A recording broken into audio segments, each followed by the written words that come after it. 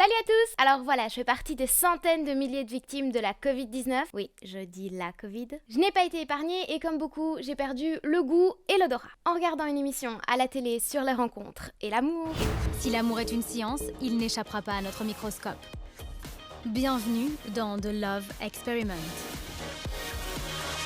Je me suis posé une question si pas essentielle, somme toute intrigante. On pense que l'odorat jouerait un rôle dans le début des relations d'amour, les phéromones, tout ça. Du coup, si on perd notre odorat, est-ce qu'on risque de ne plus tomber amoureux ?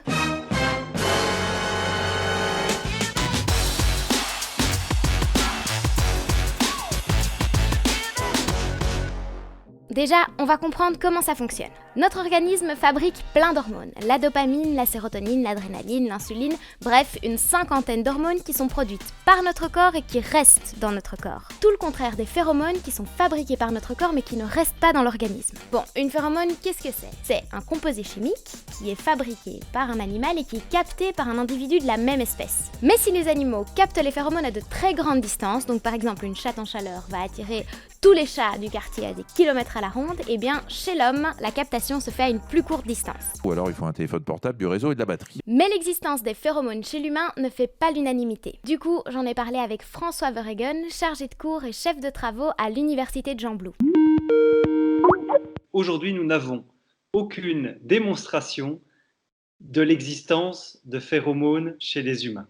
Mais si elles existent, alors leur action est très certainement faible et très faible comparée à tout ce qui fait qu'on peut tomber amoureux de quelqu'un. Alors, il y a eu environ 60 études qui ont montré des effets. Pas mal de scientifiques pensent que ces 60 études qui montrent un effet sont sans doute ce que nous, on appelle dans le jargon des faux positifs, c'est-à-dire des réponses positives mais qui n'en sont pas, qui sont dues au fruit du hasard.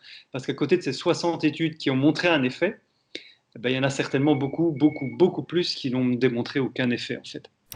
Ok, on l'a compris, même si l'existence des phéromones était avérée, il y aurait très peu de chances que ça ait un réel impact sur le sentiment amoureux vu que leur diffusion serait trop faible.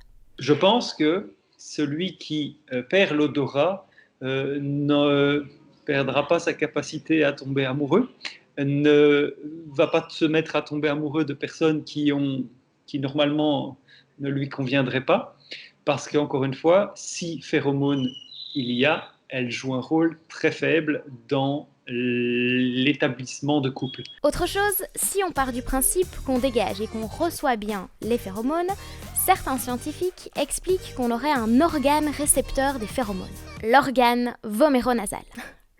C'est horrible ce mot. L'organe voméronasal qui se situerait à l'entrée de notre nez et qui serait bien distinct de celui de l'odorat, le bulbe olfactif. Donc, étant donné que ce n'est pas via notre bulbe olfactif que l'on capte les phéromones, mais via notre organe voméronasal, même si on perd notre odorat, ça n'aura pas d'impact. Conclusion, sur ce point-là, pas de panique, même si on perd notre odorat, on continuera de tomber amoureux. Si cette vidéo vous a plu, n'hésitez pas à la liker, à la commenter, à la partager et à vous abonner pour être tenu au courant des prochaines vidéos. Ciao!